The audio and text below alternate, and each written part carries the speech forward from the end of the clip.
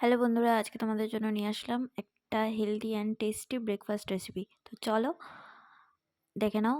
আমি এখানে কিছু কিছু সবজি একদম মিহি করে কুচিয়ে নিয়েছি।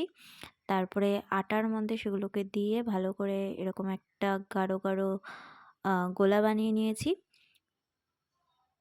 তো তারপরেই হালকা একটু তেল দিয়ে সেগুলোকে ভালো করে উল্টে পাল্টে সুন্দর করে একদম আঁচ কমিয়ে একদম সবজিগুলো সেদ্ধ হওয়া অবধি আমি উল্টে পাল্টে ভেজে নিলাম।